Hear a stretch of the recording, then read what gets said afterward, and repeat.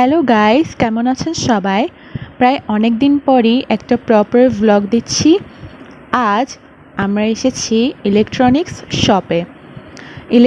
শপে আমরা এমনি আসিনি, অবশ্যই কোনো না কোনো রিজন তো থাকবেই।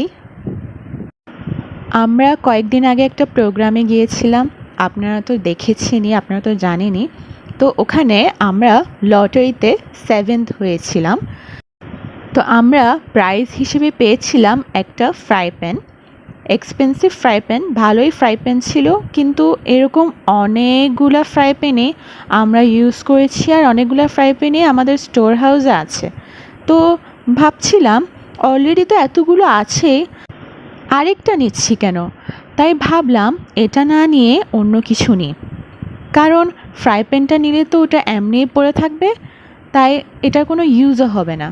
তাই আমরা ঘুরে ঘুরে দেখছিলাম যে কোনটা আমাদের ইউজফুল হবে, কোনটা আমরা ভালো করে ইউজ করতে পারবো। আর হ্যাঁ, এই প্রাইসটা নেওয়ার লাস্ট ডেট ছিল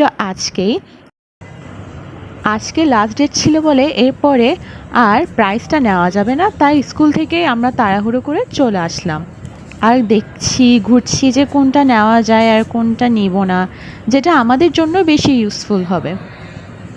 তো হঠাৎ করে আমাদের চোখে পড়লো এয়ার ফ্রায়ার। আমরা তো অনেক বড় ফুডি, আপনারা তো জানেনই।